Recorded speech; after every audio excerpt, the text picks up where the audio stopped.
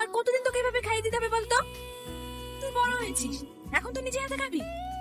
মা, তুমি খাই দেবে, না হলে আমি খাবো না। শাহিন, শাহিন, তোর এখন খাওয়াই হলো না। আর ওই দেখ, শ্রাবণ চলে এসেছে। এত বড় হয়ে গেছে, এখনো খাই দিতে হয়? তাতে তোর কি? তোর হিংসা হচ্ছে নাকি? আয় ভাই, তুই আয়। আমাকে ভাবে কেউ কোনোদিন খাই দেয় না। আমার মানে তো। কি বললে তোমার মানে? তুমি মনে করো আমি তোমার মা। যখন তোমার মায়ের কথা খুব মনে পড়বে, তখন আমার কাছে চলে আসবে। না মা, তুমি ওকে আসতে বলো না। ও খালি খালি আমার সাথে ঝগড়া করে। ঝগড়া করে? বাবা তো দুজন দুজন ছাড়া তুমি থাকতেও পারিস না। এই তাড়াতাড়ি চত, কিনা শুরু হয়ে গেলে স্যার আবার বকবে। ঠিক আছে চল। লেট করবি না, তাড়াতাড়ি পড়তে চলে আসবি। কেন? আব্বা আমাদেরকে পড়িয়ে একটা জায়গায় যাবি।